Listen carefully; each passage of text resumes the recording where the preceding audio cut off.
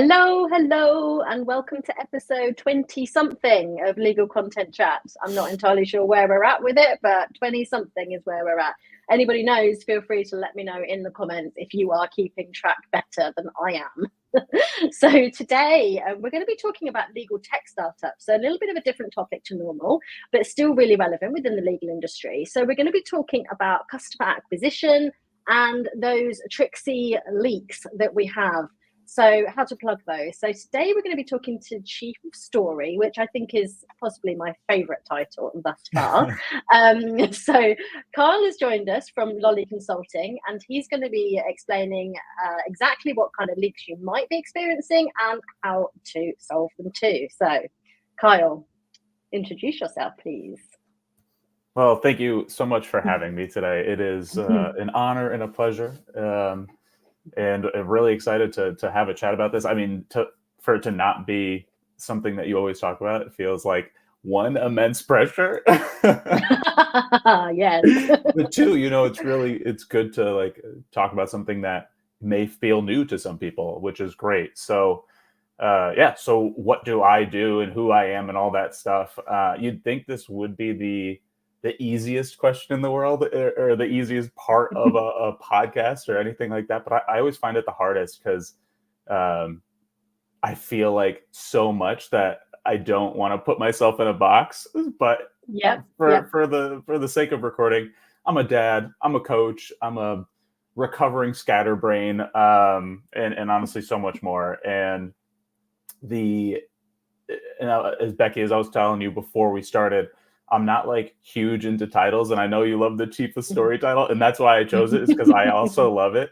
But I always get worried about putting myself in a box, like I said, and then I'm like, oh, if that's what I am, then I can't be anything else, and that's me. That's my own problem. So, Chief of Story, but really what that means is right now my focus is helping humans who just happen to be founders of legal tech startups, getting out of their own way so that they can grow their business, and doing that through clarifying their messages, clarifying their strategies, their asks of their ideal customers, all using storytelling techniques, things that I've picked up in the decade that I've been developing everybody from a frontline role to executives in my past roles, because I actually did not come from the legal space. I didn't start in the legal industry. I started in learning and development. And so I spent most of my career really breaking things down into like an easier way for people to understand and use information. And so that's what I've been taking and using into this business that my wife actually created about just over a year ago. And we've found success with that, and we're very happy about that. So yes, it's awesome what you guys are doing. And I've had the pleasure of speaking to your wife, Lily, as well, who is an absolute delight. So, yes, she is. All good things. I always say that she's like she's the brains behind everything. And I just am very honored to be able to work with her, because I couldn't do it on my own. There's no way. You do normally find that the women's are the brains of the operation, to be honest. That is generally the case. Honestly, no joke. I mean, no joke at all. That is true. I'm glad that you know your place. This is I nearly forgot to say, please say hi if you're listening or watching live. We really love to see you, and any comments you might have, feel free to pop them in the box. So let's start from the beginning, okay? So content marketing. From your perspective and your experience, how does content marketing play that really important role in building trust and credibility with potential clients that might be looking for legal tech? Yeah, so content marketing is, just to like level set with everybody, content marketing is only one channel among many to build that trust, to bring in leads into your business. And it does create a huge sense of trust, because you're bringing your authentic self, you're bringing your authentic business in the content that you're making. People can get a better sense of who you are most of the time with content marketing. You see people on LinkedIn, you see this podcast, this is all content marketing. And inherently there is trust built because and I know we'll get into it, there are stories told. There are connections for people to make to understand things a little bit better than just throwing an ad out there. But that's not to say that, print ads or online ads are any worse than content marketing. It's just you have to focus what makes sense for your business. You have to focus on a channel that's going to bring the highest returns for you. And there is sort of a trade-off where if you don't do content marketing, you have to understand that that's where a lot of people expect you to be now, is on and doing those things alongside other types of channel work. But you have to figure out, is it right? Is it right for you? Is it right for your business? Maybe it is, maybe it isn't. And if you do trade that off, if you try to do other things without content marketing, you may not be focused on the trust building as much, or maybe you found a way to build trust in another segment or another channel. But yeah, it is a huge piece to building trust, because you're just out there more. You're doing more with what you have. Yeah, and content marketing, I guess, is such a broad topic as well. Like you say, it's podcasts, it's organic blog content, it's LinkedIn posts. The list is endless, really. And it's all about finding out where your audience are and then showing up there.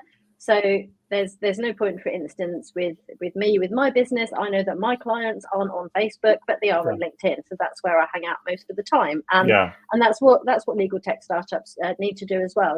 Find out where they are and then get in there and get the message spread. Yeah, no, you're exactly right.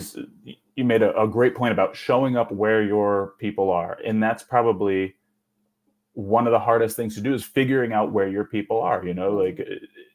That's actually something that we help folks with, or help these founders with, is like doing tests to figure out, where are you bringing in the most, the most leads? Because that's probably where your people are hanging out. And that's, I think that was such a good point that you brought up, of being where people are. Just makes sense to focus your efforts, doesn't it, on where you're going to get the most return, or where the people are going to be. Yeah. So and let's think about customer acquisition then, okay, for legal tech startups. Sure. So everybody's obviously really interested about customer acquisition. It's what it's all about. It's what make our businesses go around, attracting the customers and retaining them too. So what about storytelling? As chief of story, what's your take on this? I put myself on a high pedestal here, right? Chief of story. I have to have a good answer, right? You did. So let me ask you, when you think of storytelling, what comes to mind? I guess storytelling for me would be, just takes me back to being a child and being read a story and really getting immersed in the story. Yeah, and I think that's what a lot of people think about. You hear storytelling and you think about kids, you think about kids books and all that stuff, or reading, and it is that, but there's structure in books. There's a story that people can follow, and that's really what I mean, or what we mean when we say storytelling, is having this structure that you can follow. And because stories are inherently tap into who we are as humans. Before we had writing, before we had LinkedIn, before we had anything, people were telling stories to communicate, where the best, food was, where the danger was, how to just survive. Stories were survival. And so unfortunately, our brains don't just take in information like sentences. We have to be able to connect dots, and to connect dots, we have to build a story. And so that's why storytelling, even in this age of short form content, of TikToks and all that stuff, where things can be seconds long, you will still sit down to watch a 2.5 hour, 3 hour movie that you find of an interesting topic, or you sit down and read a book, because we are so programmed to just connect and be captivated by something that can bring us along a journey. We want to know, does this thing work out in the end? And that's why stories are so important. I mean, it really is as simple as that. Brilliant. Well, I can confirm that you've nailed your answer there as chief of story. So you You can hang on to that I can breathe a little bit for a bit longer. Yeah, I think you're good. So what does that mean then for legal tech startups? Creating that story. Does that mean something as simple as the story of how the brand came to be? The story behind the founders. What kind of thing? I love this question, because I think this is one of the not that I think, I know that this is one of the things that so many founders, or really anybody trying to build a story, gets tripped up on. Mainly founders in this instance, because like you said, is it the story of the brand? Is it the story of the founders? Is it the story of how our product got started? All that stuff. People want to just solve their problem, right? And so the stories that we need to tell as founders, and this is for anybody, the story you need to tell is putting that person that you're trying to sell to at the center of the story. So no offense to any founders, but none of your ideal customers care about you. They don't care about how your business started, that you had, you and your co-founder had this brilliant idea one day, and that you built this product in 6 months and you got all this funding, and nobody cares about that. They want to know, how does this thing that you're trying to sell them help them? Can your story quickly answer like what it does, how it helps them solve their problem, help them reach their desired state, and how do they get it? It really comes down to those simple things. So I love that question, because I think when we talk about stories, we tend to put ourselves at the center of those stories. But when you're a founder, you have to put the person that your ideal customer at that center of the story instead. Absolutely, which is what content marketing is all about. Exactly. And the same with the story. And there was a slight trick question, because and I knew how you were going to answer that. But so many people think, well, we must tell this story about how me and my friend met through university, and we were doing this course, and then we realized that we both loved, caramel frappuccinos. Like, you'd never guessed a coincidence. And you think nobody cares. No one cares. It's a great story to tell your friends, or maybe customers later on that you've actually converted into customers, but not when you're trying to win somebody's heart. No. Absolutely. Okay, so when things like go wrong in terms of, we've said in our title, what are some common kind of leaks that you see that people come across in the legal tech space when they're trying to get new customers? Common leaks, I mean, it comes back, everything comes back to the story. It depends on what part of the customer acquisition you're in, and what kind of story you're needing to tell at that moment, because the story will change. But let's say you walked into a physical store right now to go buy something, groceries or clothes, and you find exactly what you need. You have a plan, you go in there, you grab it off the rack, whatever it is, and then you're looking around to check out, and you just can't find a register. What are you going to do?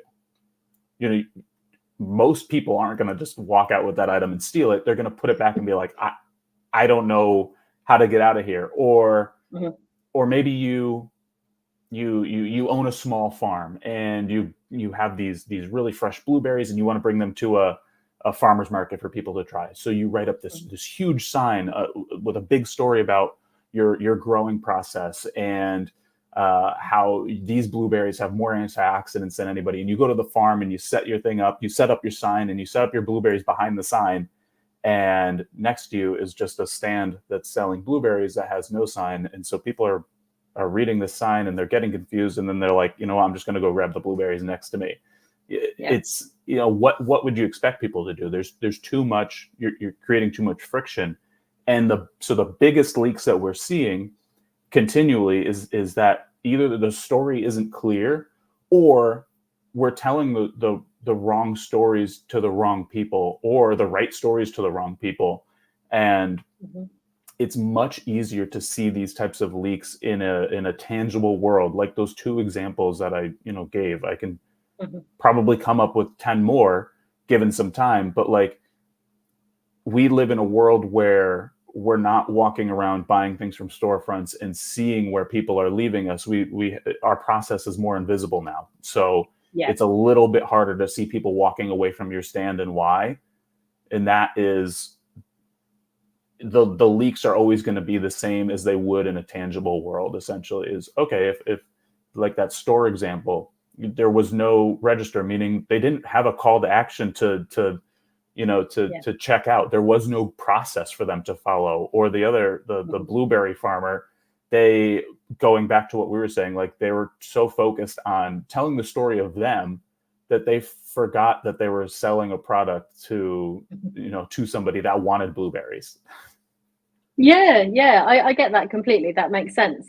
So in terms of digital, which you say the journey can be more invisible, which is true, there are certain things that you can do, for instance, with your website. So there's some customer mapping tools that you can get. I know Hotjar is one of them. Doesn't work on all websites, but that is just an indicator. So I don't even know what that you is. can actually, okay, maybe this is a UK thing, I don't know, but there are alternatives available. But it just means that you can actually analyze how people are using your website. So if you can notice that like customers are dropping off at a certain period, say you're running an e-commerce, then you can see, okay, well, they're not going through to checkout, so something's wrong here. We need to fix this leak. This is where the leaks are happening. So you can judge it by that, can't you? Yeah, exactly. And I would say a lot of times I'm smiling because this is a common issue with a lot of legal tech founders. And if you're listening to this, if you're a legal tech founder, find a different way than using demos. If you can have a product that you truly don't need to demo,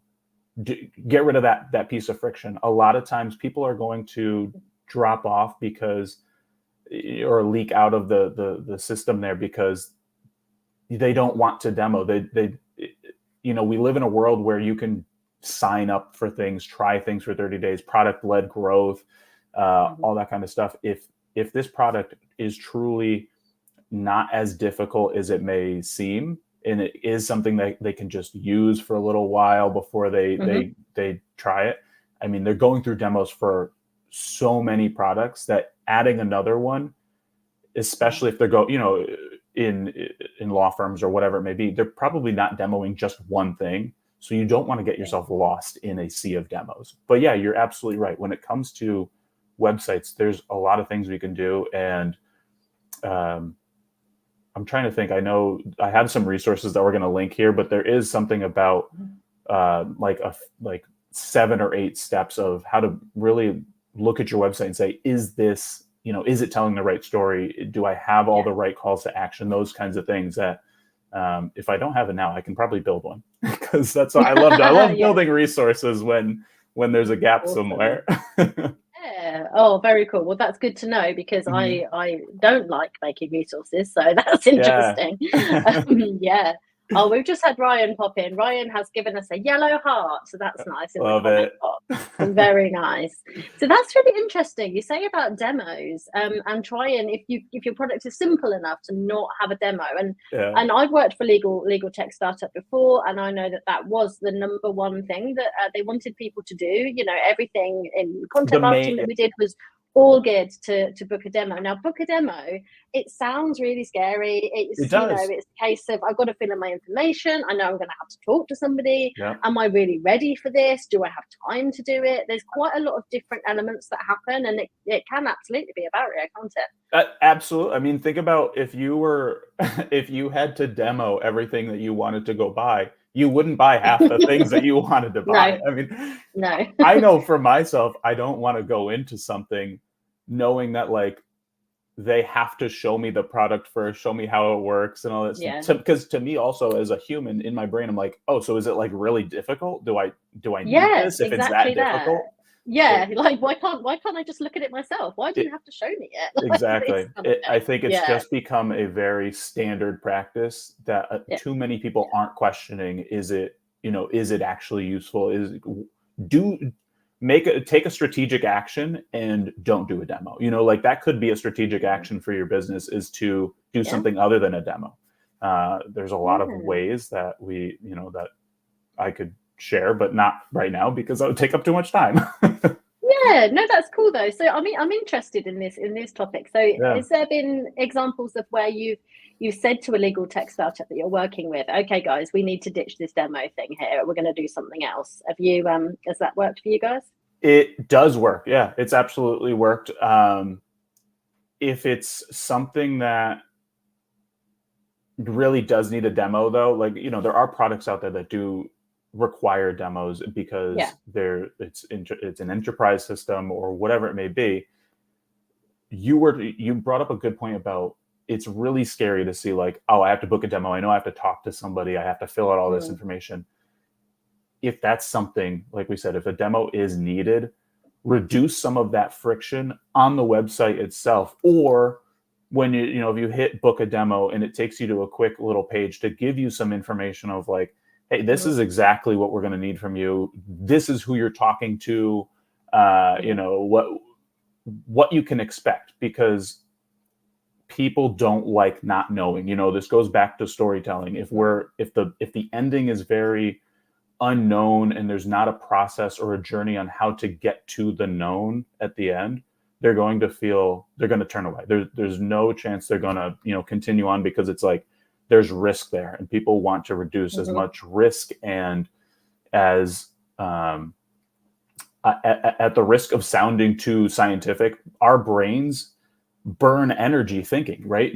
Literally glucose being used and energy being used, our brains want to use that in the most efficient way possible. And so if our brains have to think and have to make decisions about, is this going to be a good decision, they're going to go elsewhere. They're going to find an easier solution than doing that, because we don't want to go down the hard roads. But yeah, to answer your question, it has worked. Having no demos has worked before in the legal tech industry, and it's not many people doing it right now. So I would say, if you are hearing this and are deciding if it's something worthwhile, try exploring it and see if test it. It's all an experiment.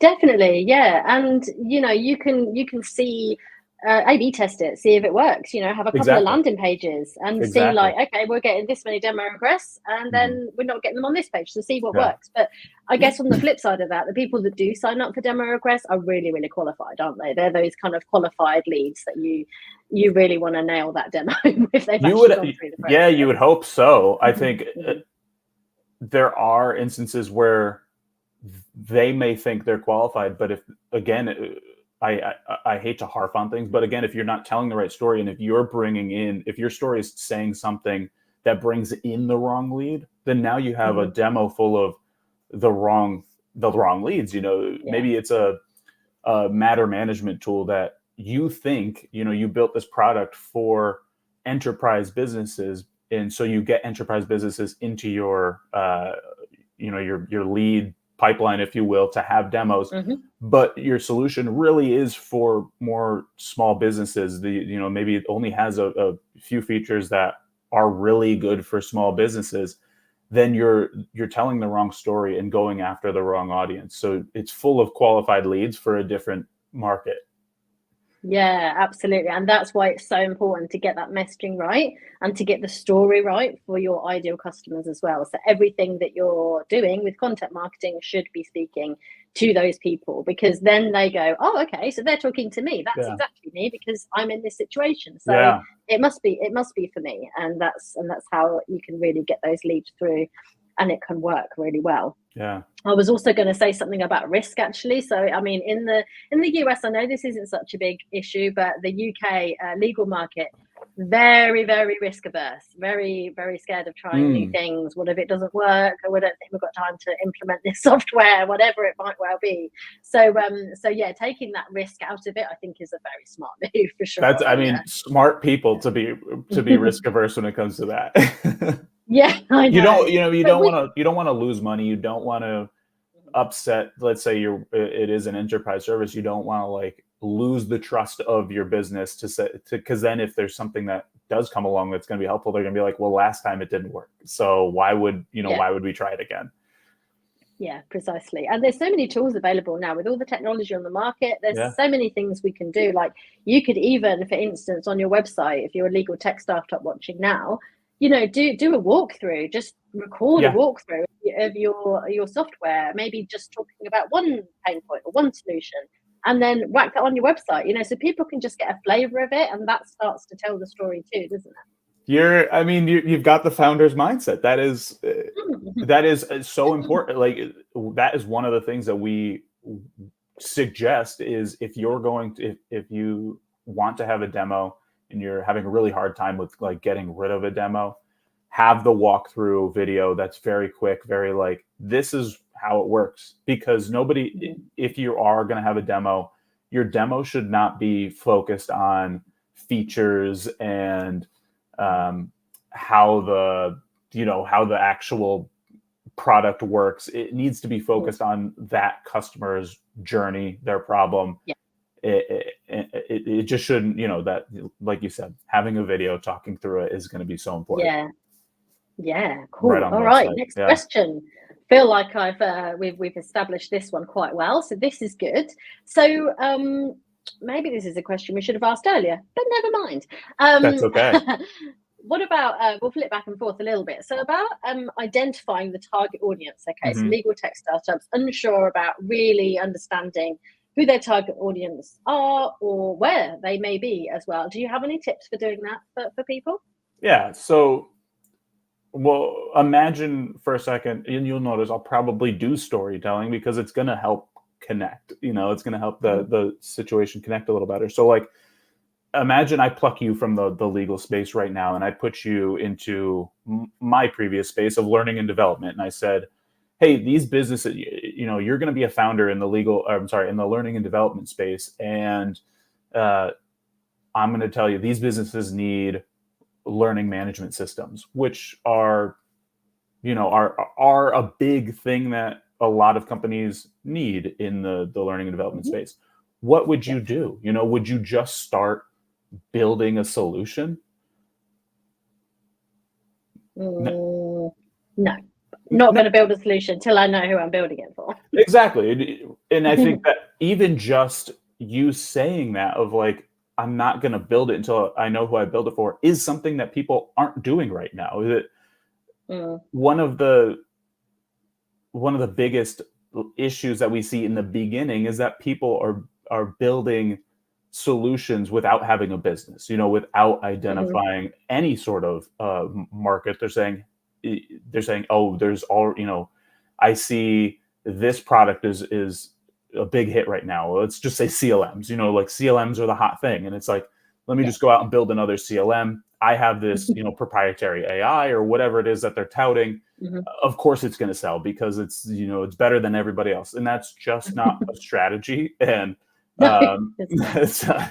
being better than other people it's not objective. You can't concretely say that it's any better than any other system because we're humans and we just kind of take things subjectively. So that's a really tough thing to do.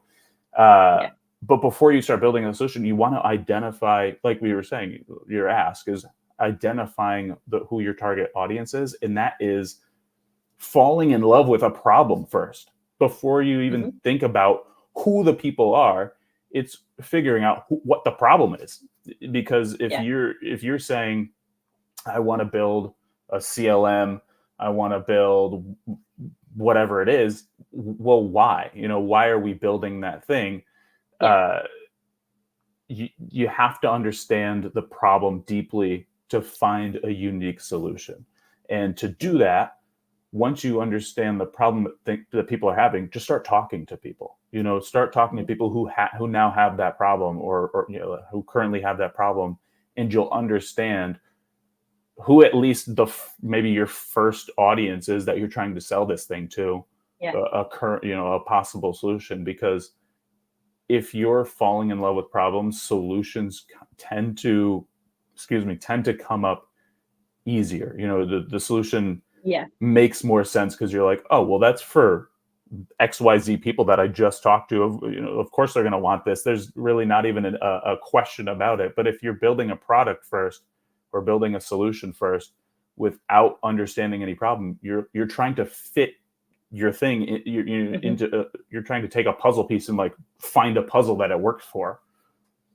Yeah, that makes complete sense. And the next stage of that, really, which is something that I really love doing, is creating customer avatars. So So once you've got like one or two personas perhaps that you think, right, these people definitely have this pain point, and if I gave this to them right now, then they would be like, yes, this is going to help me.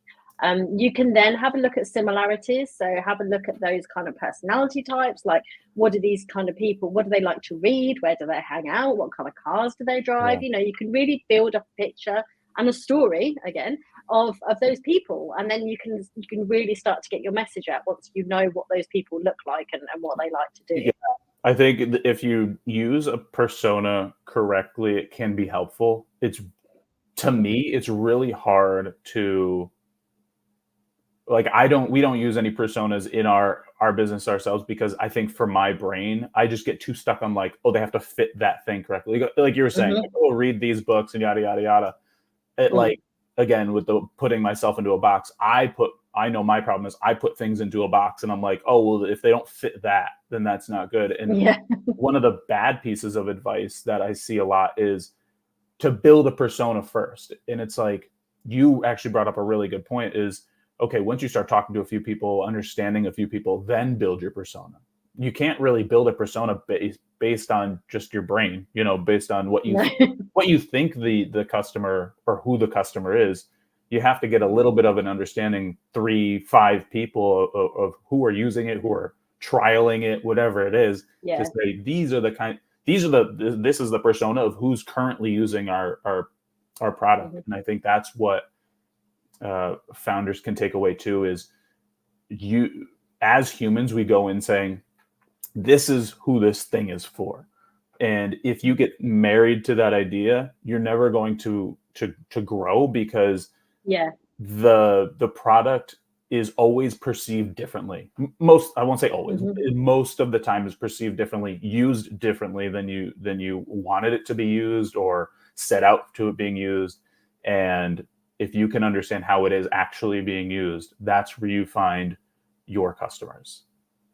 Yes, definitely. And I love this approach, and it's all about asking questions and being quite nosy as well. Like, I will often say, like, I'm still working with this company right now. They're a legal tech startup in the UK, and one of the marketing managers left, and there was a bit of a handover, and I was like, oh, it's been really great working with you. I said, actually, can I just ask you some questions before you go? Like, you know, what kind of resources would you find valuable? Like, I think I asked him, like, would you find a video resource more useful, or a checklist for this particular thing I was thinking of creating? And all those kind of things, you really can get a picture of the kind of person that you're selling to, because you've already sold to that person. So it makes sense to ask them. Definitely ask them. Exactly. There is a fine line between, like, asking or doing everything that your customer says, you know, because some people will give feedback. Some people will say, oh, do this instead. There's that fine line of, like, taking that with a grain of salt and or testing it, and then ignoring, you know, completely ignoring what people have to say, because there is a good middle in there somewhere. And it's, you know, some people are, you know, they just have ideas, and ideas are great, but they may not be great for your audience. It may just have been great for that one person. So, like, acquire knowledge and then decide where is that, somewhere in the middle. Don't just speak to one person and assume that and then decide to change your whole business, right? No. Definitely don't do that. No. Definitely don't do that. We're not saying that. Okay, cool. We've been going for just over half an hour now. Tom is flying. Oh yeah, when you're having fun, right? I know. So what about some advice that you might give to legal tech startups? Okay, so if they're really struggling with leads, so they've got the leads, but they can't get them into paying customers, like they're just really struggling with that. What advice do you have? It's such a good question, because there's a lot of advice. It really depends. It really depends on, like, what stage. I'm not trying to do the political answers here. No, but I think if they're getting leads and and where they're leaking is, like, converting them into customers, that is absolutely a stage of the pipeline. And it's not easy. You know, you have to analyze, is it the wrong audience that you're bringing in as leads, like we were talking about before? You know, do you have this product that you think is for an enterprise solution, but really it's for startups and small businesses? Or are you just really unclear with what your value is, your strategic value? You know, are you not telling the right story? And it goes back to, even though that leak is happening later on in the pipeline, I would say if I were working with that startup having that issue, it would be going back to understanding about the business itself, understanding what story are they telling? Can we refine this story a little bit to be clearer? Because then you're going to want to fix something. And I think that getting the right leads is going to be the right fix first, to see if you do have the right leads. So let's go back. Let's look at the story. Are you translating that, kind of foundational story that you have for your business into your messaging? Okay, if so, then we've sort of ruled out you're bringing in the wrong audience, right? And now it's really about your selling attitude, your selling mindset, your selling tactics, whatever it may be, because now we know we have the right people, but they're still dropping off. So there's something missing there. Yeah. So don't look at the whole picture and panic. Just look at each element of your pipeline and see, okay, first of all, are we working with the right leads? If we're not, then you can fix that. If we are, then there's something going wrong with your sales process. Maybe your salespeople are letting you down. Maybe you're doing too many demos. Exactly. It could be that you're doing demos at all, if the audience doesn't need them, or your product doesn't need them. Yeah. That's why I was like, I don't want to give the political answer, but there are like multiple variables that if selling was the wrong thing, it could be, okay, now we have to look at your demo, or tell me about, when you go into sales, like a sales conversation, because a lot of sales conversations are and should be founder led at the beginning, because they're the, they know the product the best, they get it. They may not even have a sales team at that point. So like, are you going in? How are you doing it? Like, show me how you do a sales conversation. Does it feel like it's very pushy? Does it feel like, is it natural? Are you, there's like a lot of ways that we can kind of dive into where things might be going wrong at that point. Definitely. And sometimes it is the right customer, and sometimes the sales process is bang on. But it might well be that they're not ready for the solution. And again, if that's another good point. Down that demo that demo hole, either they'll have a demo and they still won't buy because they're not ready, or they won't get a demo in the first place. So you've got to be careful with that too. And that comes back to story too, doesn't it? It does. And to that point, I'm glad you brought that up, because it's, there is an expectation with a lot of people, just out of pure ignorance, not in the ignorance of like I'm being ignorant, but just not understanding that most sales demos, conversations, they're not going to convert after one conversation or even two, and that's why it doesn't mean you need to have 15 calls with people. But where we also see a big leak, and this is less so, this has more to do with just not knowing what to do, is having like an email campaign, an automated email campaign after you've talked to somebody with your, your sales demo, whatever it is, to continually just touch point with them, create more touches with them, because like you said, they may not be ready, and that's okay. We do not want to sell a product to somebody who's not ready for that product, who doesn't see that they're ready for that product. They may be ready, but they may not see it yet. And that's where we continue the education process through automated emails and touch points, and hey, maybe another call just to have a conversation and ask some more questions and show some social proof and all those kinds of things to really help them and be there at the point of needs. Because at some point they're going to figure out, I do need XYZ, and I have been seeing a lot of emails from this thing that they solved that problem. Maybe I should give them a shot. And I remember I did a demo with them and all that. So you're absolutely right. They may not be ready, even if things are bang on.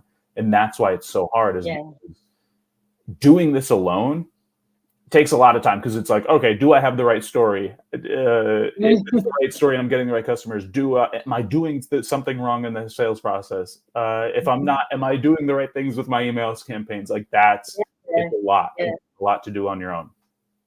It is, yeah. And I can't remember the exact number now, but there are something about like maybe 12, 15 touch points before people feel ready and confident, to make that purchase. So So, and I think it's really valuable if you can turn up in different places as well. So like we were talking about right at the beginning, all different types of content marketing. Yeah. So like I get some really lovely feedback from my podcast, and people go, oh, I see you on LinkedIn. And then I saw that you've actually got a podcast as well. Mm-hmm.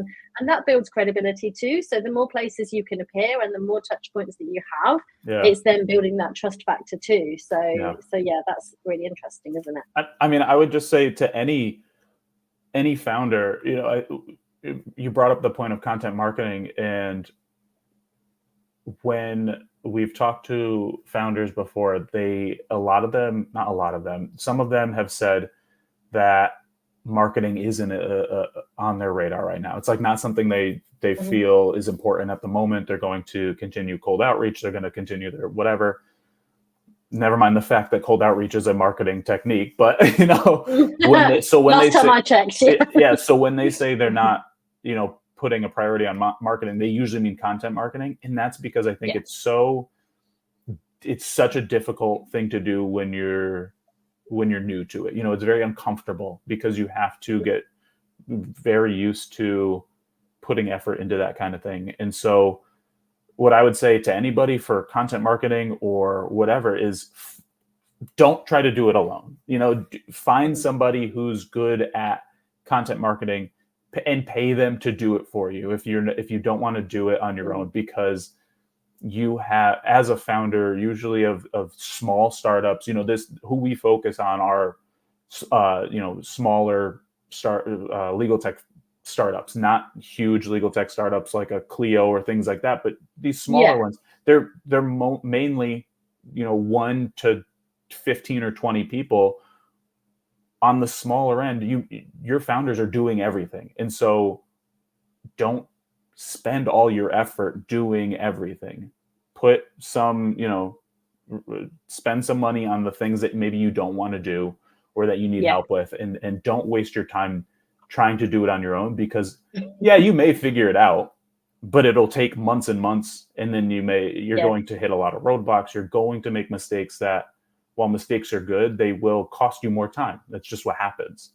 Yeah, and you take your eye off the ball of your business, and then next thing you know, you might as well become an expert in marketing, but something in your business has gone awry because that happened. In fact, just before we came and came on air, I was explaining to you, Carl, about video editing, and I was saying like I outsource the production of my podcast because I'm shit at it. I really am. And I don't have much interest in it either. I don't want to sit and edit videos for a lot of time a day. So I'm very happy to outsource and pay somebody else to do that. I loved when you said that, because I was like, I don't know why there's almost seems to be this expectation of like doing everything on your own, figuring it all out yourself.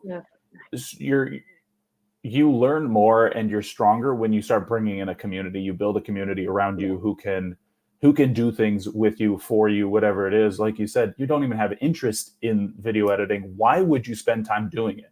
Focus on your strengths and not your weaknesses. I know this is my L&D brain kicking in now. There's always been such a push to be like, oh, you have to, you know, bring up your weaknesses to your strength level. It's like, no.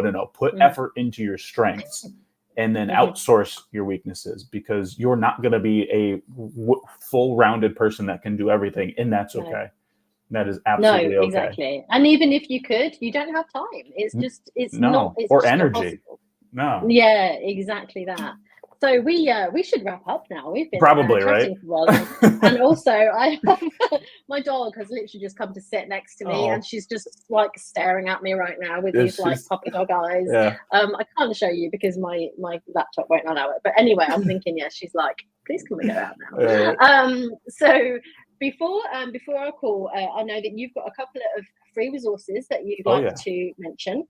So your weekly playbook, aka newsletter, and also a freebie resource for founders and their teams. Do you want to just tell us a little bit about that? Because we're going to pop them in the show notes so people can get hold of them afterwards. For sure. So like I said before, our business focuses on these smaller legal tech startups. And so we created a newsletter a few months ago to go out and really just help these humans who are founders that are trying to do everything, take some of that burden off by giving them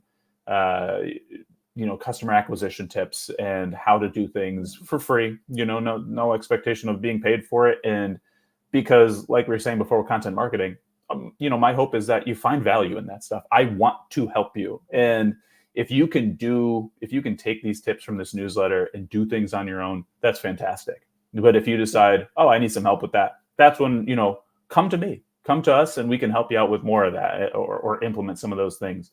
So that's the newsletter. We've got, I believe, just over 70, legal tech founders on it now. Just started a couple months ago. We're really happy about that because we're finding a lot of people finding value and just really excited. And then the other thing are the free resources. It's again, coming from my L&D background, I like making things easier for people. So these resources are plugging gaps of taking the burden off for those founders in areas that they're going to struggle with. So, that they may have a weakness in that they want to outsource to. So it's one of our, the ones that I've heard from people saying they like the most is how to understand the desires of the people that you want to attract. So it's like the ideal customers that you want to attract. So there's these seven desires that I've created, like it's a Notion page. You kind of just go through and you answer some questions, and you're like, oh yeah, this one makes the most sense for us. Like, this is the desire that we're trying to get to for our customers, and it helps them then build that story a little bit better for who they're trying to attract. And that's not the only thing. Actually, you can't read it, but that whole list back there are like things I have planned to build for people. So for these founders. Okay. Very cool. We're rolling. We're getting on a roll here, and I just am hoping to continue to help these folks. Yeah. Oh, look, we have a doggo. Look at that. Here she is. We've got a visitor. Hi. We have got a visitor. Live doggo. Get down. Honestly, these animals. Cool. This has been awesome. Thank you so much. Yeah, I've loved this episode. Becky, thank you for having me on. I mean, it's been great. I love it. Oh, good stuff. So next week this is a self-title, another one we have, slightly interesting, the law firm Profit Sherpa. So John McCarthy is going to be joining us, and he is going to be talking about how to work less and earn more, the smart lawyer way. Ooh. So I think that's something that everybody is going to be interested in, work less and earn more, right? So I like the Sherpa title. That's something I want to see. I know. Yeah, it's really cool, isn't it? I've not heard that before. So so thank you for joining me, Carl. Thank you for tuning in, everybody. And we will catch you next week. Cheerio. Right. See you later.